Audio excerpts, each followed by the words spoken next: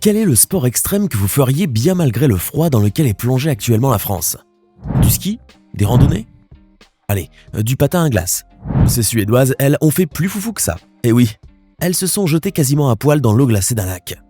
À Stockholm, Sarah, Ulrika et Karine ont creusé un trou dans l'épaisse couche de glace qui flotte au-dessus du lac de la ville pour profiter de ce qu'ils appellent le Vinterbada, c'est-à-dire la baignade hivernale, sachant qu'il faisait moins 16 degrés Celsius à l'extérieur.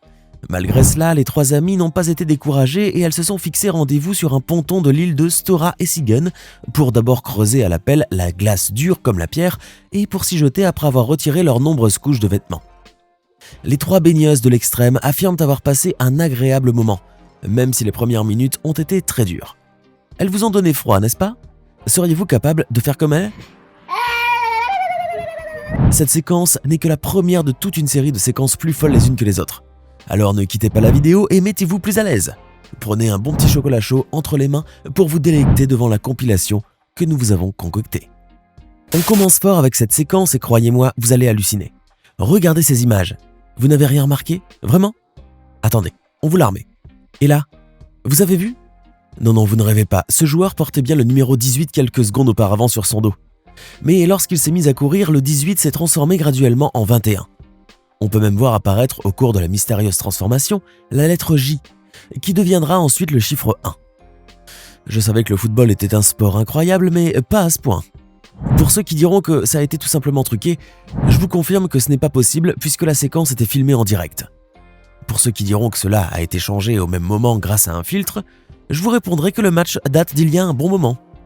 À l'époque où les images numériques étaient si médiocres, ça m'étonnerait qu'ils aient pu utiliser des filtres. En tout cas, si quelqu'un a une explication qui tient la route, je serais curieux de le lire. Qu'il n'hésite pas alors de nous en faire part dans les commentaires. Regardez cette séquence hilarante. Il y en a qui ne tiennent vraiment pas l'alcool. Cette femme était ivre au moment de faire son entrée dans la cuisine. Elle voulait s'attabler en face de son mari qui tenait un téléphone à la main. La femme était si ivre qu'en voulant s'asseoir, elle s'est renversée et est tombée par terre. Ce qui m'inquiète le plus, ce n'est pas l'état dans lequel elle s'est mise, ni de son état lorsqu'elle se relèvera. Si elle s'en sort avec quelques bleus, ce n'est pas si dramatique. En revanche, avoir un mari aussi je m'en foutiste, c'est ça le vrai drame.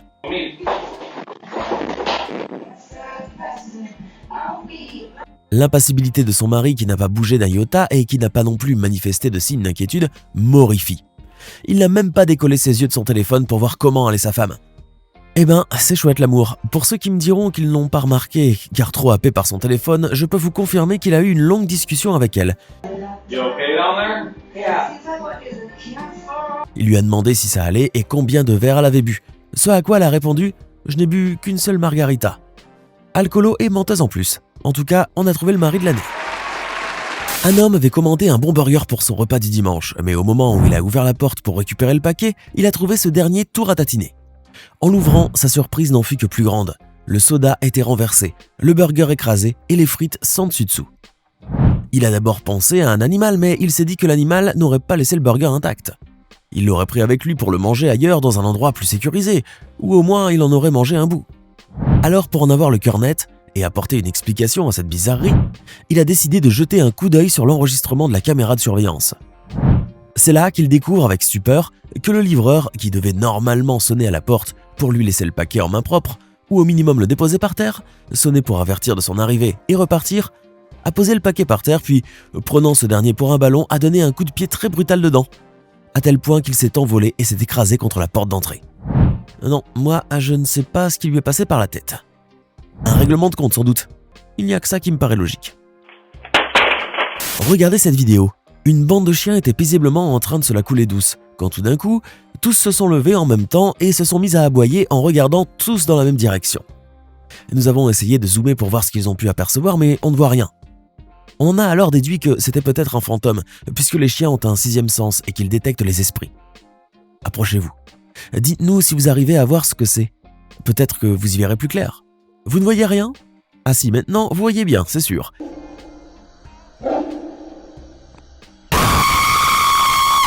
Et voilà, vous êtes tombé dans le piège vous aussi. Ça vous a provoqué une mini crise cardiaque, mais c'est sûr maintenant qu'on vous la fera pas deux fois. Allez, sans rancune. Je parie que cette vidéo est de loin la plus ahurissante que vous ayez vue de la journée. On y voit le moment où un énorme cerf s'écrase à travers le pare-brise d'un bus en Pennsylvanie pendant que ce dernier roulait. L'animal survit sans une seule égratignure avant de se relever et de sortir par les portes à toute allure. Bon, il y a laissé quelques poils mais rien de méchant. Une petite épilation de temps à autre, ça sert. Blague à part, les autorités de Pennsylvanie ont publié la vidéo prise par la caméra du véhicule, où l'on voit l'animal apeuré courir hystériquement dans le bus, cherchant désespérément une issue de secours. Cela n'a duré que l'espace de quelques secondes tout au plus. Le conducteur du bus Camtran passait par Johnstown jusqu'à ce que brutalement, il a vu le côté droit de son pare-brise éclater et le corps de l'animal atterrir à ses côtés. En se débattant dans tous les sens, l'animal a réussi à se mettre rapidement sur pattes, et c'est le cas de le dire. Comme le conducteur n'était accompagné que d'une seule passagère, et heureusement d'ailleurs, sinon il n'y aurait eu des blessés dans l'affaire, il a fait de son mieux pour arrêter l'autobus le plus rapidement possible afin de permettre à l'animal de descendre par la porte d'entrée. Avant de continuer, n'oubliez pas de cliquer ici pour vous abonner si vous aimez cette vidéo et d'activer toutes les notifications pour ne rater aucune de nos prochaines vidéos. C'est bien moche de vieillir. Quoi, ça vous choque que je dise ça? Eh bien regardez ce qui va suivre, vous me donnerez raison. La caméra de surveillance de ce magasin a capturé le moment où un couple âgé sortait par la porte coulissante après avoir fait leurs petites emplettes. Au même moment, un vieil homme roulant à bord de sa chaise électrique arrivait à toute allure pour tenter de pénétrer dans le supermarché, avant que la porte ne se referme sur lui. Mais en faisant cela, les deux portes l'ont percuté parce qu'il n'a pas été assez vite et la moto électrique a fini par déboîter les deux portes et les réduire en miettes, devant le personnel choqué du magasin. Franchement, qu'est-ce que ça lui aurait coûté d'attendre que les portes se ferment puis se rouvrent de nouveau? Il est entêté, papy. En tout cas, je connais un petit vieux qui passera la fin de sa vie en tôle, au lieu de la passer en face des chiffres et des lettres. Je ne suis pas mathématicien, mais je peux quand même vous dire que le risque que ce ventilateur tombe sur la tête de ce gosse de telle sorte à ce qu'il manque de très peu de l'égorger est vraiment infime. Le 8 juillet 2021, alors que cette joyeuse famille de 6 personnes dînait à même le sol de leur salon à Bac Ninh, au Vietnam, le ventilateur du plafond qui tournait est brutalement tombé sur leur tête, manquant de très près de tuer l'un des enfants. La séquence fait vraiment hérisser les cheveux. Les hélices du ventilateur se sont heureusement coincées dans les espaces vides entre le gamin, sa mère et sa sœur. Miraculeusement, personne n'a été blessé. La mère sauta de son siège et serra son enfant dans ses bras, tandis que les autres étaient sous le choc et restant figés pendant quelques secondes. Il faut dire que ça leur a un peu coupé l'appétit cette histoire. Mais qu'est-ce qui leur a pris d'aller s'installer sous le ventilo? Ils l'ont quand même un peu cherché eux aussi. Oui, je sais, j'exagère. Ça ne me serait même pas venu à l'idée que le ventilateur puisse céder. En tout cas, la famille était si choquée qu'elle a publié la vidéo sur YouTube pour prévenir les gens et les mettre en garde contre ce genre d'accident. Et aussi pour se rappeler à chaque fois à quel point ils sont chanceux d'être passés à côté d'un véritable drame. Je ne veux pas plomber l'ambiance, mais imaginez à quoi aurait ressemblé la scène si le ventilateur avait tranché la tête du petit. Le salon serait devenu une mare de sang. Bouh. Si vous vous demandez quel secret doit avoir cette femme pour avoir un derrière aussi volumineux et aussi galbé, je vous répondrai qu'elle n'a rien de plus qu'une jugeote de moineaux, et même les moineaux sont plus intelligents qu'elle. Les caméras de ce magasin de bricolage l'ont prise en flagrant délit de vol. Elle tentait de voler non seulement un objet plus gros que sa tête, donc elle avait 100 fois plus de chances de se faire repérer, mais aussi un objet qui n'est pas vraiment très utile, et pas si cher que ça au point de risquer la prison. La prise de risque n'en valait vraiment, mais vraiment pas le coup. À moins qu'elle ait des projets plus macabres en tête, et c'est ça qui est le plus inquiétant. Moi, à mon avis, il ferait mieux de ne pas la relâcher, parce que pour voler une tronçonneuse en plein milieu de la journée, alors que le magasin est truffé de caméras et qu'il grouille de gens, c'est sûrement qu'elle n'avait plus rien à perdre et voulait tenter le tout pour le tout. Ceci est loin d'être une caméra cachée. Les caméras sont bien là, mais elles ne sont pas cachées. Et heureusement d'ailleurs, sinon on n'aurait jamais pu capturer cette scène hallucinante, bien qu'on ne peut plus réelle. Dans un bureau, une femme était en train de travailler tranquillement sur son ordinateur. Ce qui glace le sang dans cette séquence, ce ne sont pas les feuilles en face d'elle qui bougent et tournent tantôt d'un côté et tantôt de l'autre, car à la limite on pourrait attribuer cela à la climatisation. Ce qui terrifie, c'est ce moment où l'une des chaises derrière elle, qui est, je le précise, vide, s'est mise à bouger et à rouler toute seule. Je veux bien croire que c'est la climatisation, mais alors soit on l'a réglé un peu trop fort, soit il faut vraiment ramener un exorciste, parce que ça fait vraiment très très peur. Attention, ce n'est pas tout. La femme va se douter de quelque chose, même si elle n'entendait pas la chaise rouler.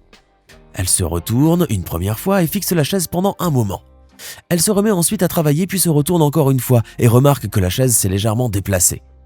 Voulant laisser place au doute, elle se remet de nouveau au travail, cette fois en enlevant le casque de sa tête. Elle Elle continue à se retourner de temps à autre, mais le choc s'est produit quelques secondes plus tard lorsque la bouteille s'est jetée toute seule de la table. La goutte d'eau de trop. Enfin, je dirais plutôt la bouteille d'eau de trop. Remarquant que la bouteille était tombée, elle s'est levée, puis l'a récupérée avant d'aller se remettre au travail comme si de rien n'était. Le plus sidérant dans la scène n'est pas le fait que les objets bougeaient seuls, mais c'est plutôt l'indifférence de la dame qui trouvait cela normal. Peut-être qu'elle croyait vraiment à cette histoire de climatisation trop forte, parce que n'importe qui à sa place aurait fui dès la seconde fois où la chaise a bougé toute seule. Et moi le premier. Bon, rassurez-vous, cette dame est normale, puisqu'à un moment, la chaise va de nouveau être tirée vers l'arrière, et ce n'est que là qu'elle va être secouée, qu'elle va éteindre son ordinateur, récupérer son sac et quitter précipitamment le bureau. Enfin, le fantôme qui faisait ça n'était visiblement pas le plus pro de la bande. Maintenant, dites-nous dans les commentaires ce que vous pensez de ces séquences insolites et n'oubliez pas de cliquer ici pour regarder une autre de nos vidéos.